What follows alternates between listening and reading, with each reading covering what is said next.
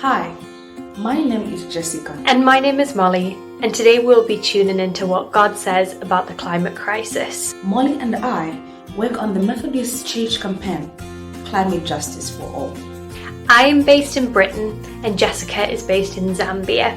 Climate Justice for All is a youth-led Methodist campaign which invited the global Methodist family to take climate action.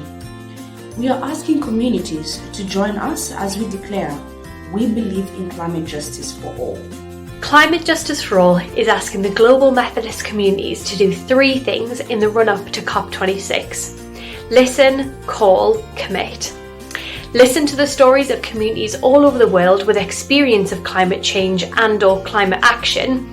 Call upon political representatives to ensure that our message, Climate Justice for All, is heard by those who are representing us at a national and international level. Finally, commit to making personal changes within their own community to ensure that the work of the campaign is long-lasting. The team behind Climate Justice for All consists of young people from the global Methodist family. Molly and I work with James, also from Britain, Irene from Italy, Maima from Fiji, and Camila from Uruguay. As well as the workers, the campaign is also supported by volunteers from 15 other countries, such as the US, Bangladesh, Hong Kong, Switzerland, and Zimbabwe.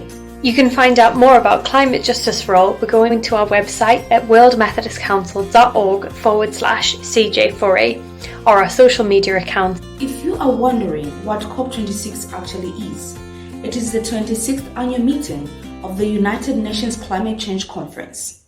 It is called COP because the meeting is attended by the Conference of Parties, who have signed onto the United Nations Framework Convention on Climate Change, UNFCCC for short. There are 197 parties representing almost every country in the world. COP26 was due to be held in Glasgow in November 2020, but was delayed for a year due to COVID-19. COP26 is so vital because it marks 6 years since COP21, in which the famous Paris Agreement was set. This agreement has the aim of keeping the increase in global average temperature to well below 2 degrees Celsius above pre-industrial levels and try to limit the increase to 1.5 degrees Celsius. Nations hope to achieve this by setting nationally determined contributions, NDCs for short. These are plans of action for reducing emissions and adapting to changes. The last batch of NDCs were set with the Paris Agreement.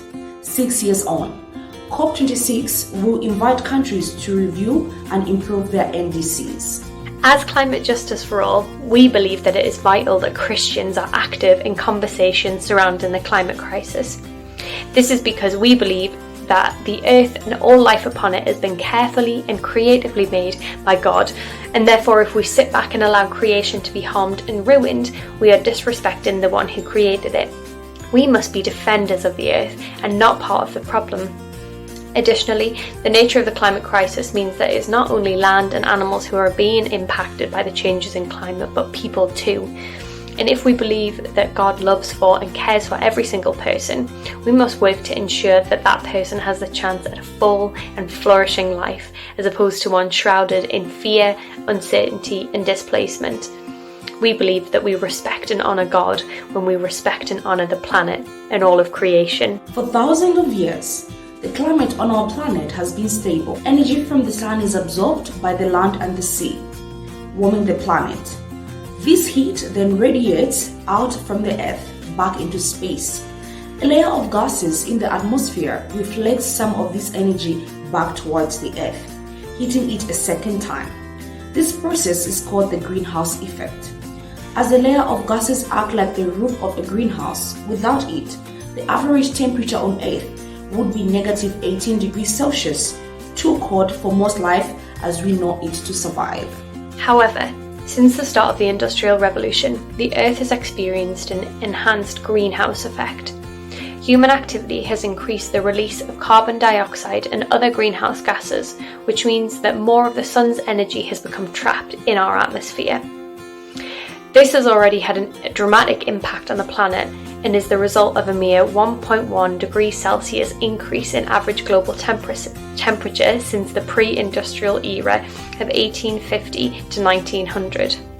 The climate crisis exacerbates many other social issues and lays bare to the inequalities in our society. If you want to hear more about specific issues that affect different parts of the planet, please head to our YouTube channel and watch our monthly short films which cover issues such as the greenhouse effect, rising sea levels, and forced migration. The climate crisis can be a really heavy topic, and it is easy to feel overwhelmed and unsure about what you personally can do to seek climate justice. That's why we are offering you some action points so that you can turn your outrage into action. Some quick fire examples of how you can make changes at home include cutting down your use of single-use plastics, recycling, cutting down on meat and dairy, supporting your local food production, and buying less fast fashion.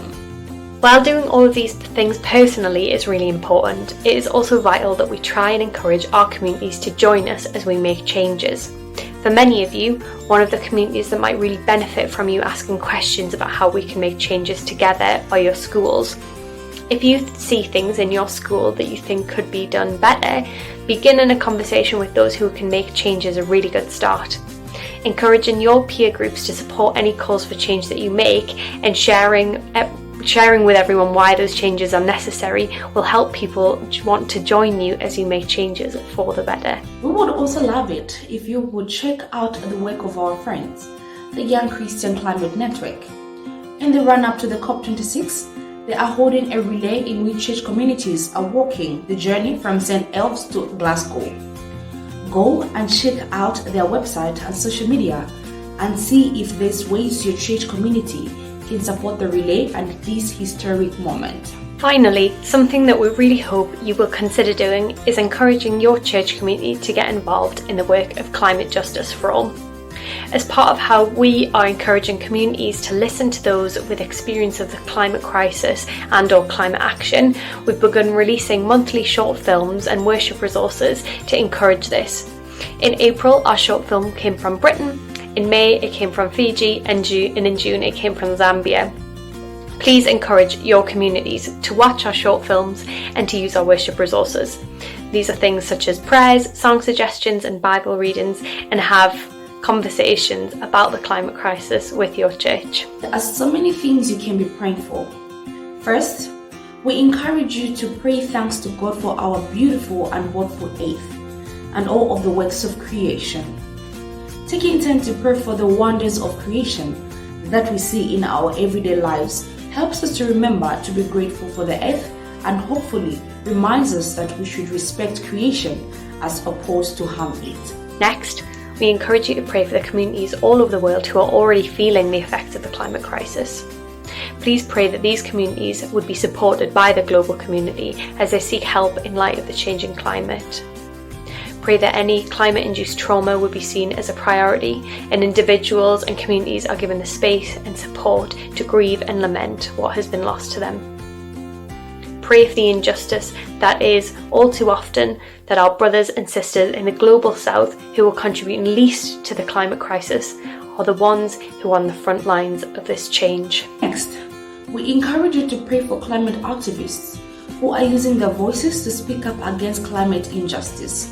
Whether a climate activist is raising their voice at the UN on an international level, raising their voice at a national level to their government, raising their voice at a local level to their local representatives, raising their voices in their schools, homes, or church communities. It is important that we pray that they would not tire of speaking out, but would be supported and listened to.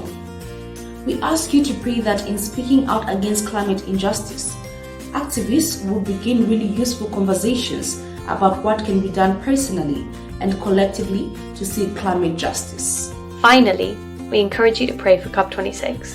As we said, COP26 is going to be a highly significant moment in global climate conversation. Please pray that climate negotiations go well and that the voices of those from the global south are properly listened to. Thank you so much for tuning into our video. We hope we have shared with you some helpful information and ways to act.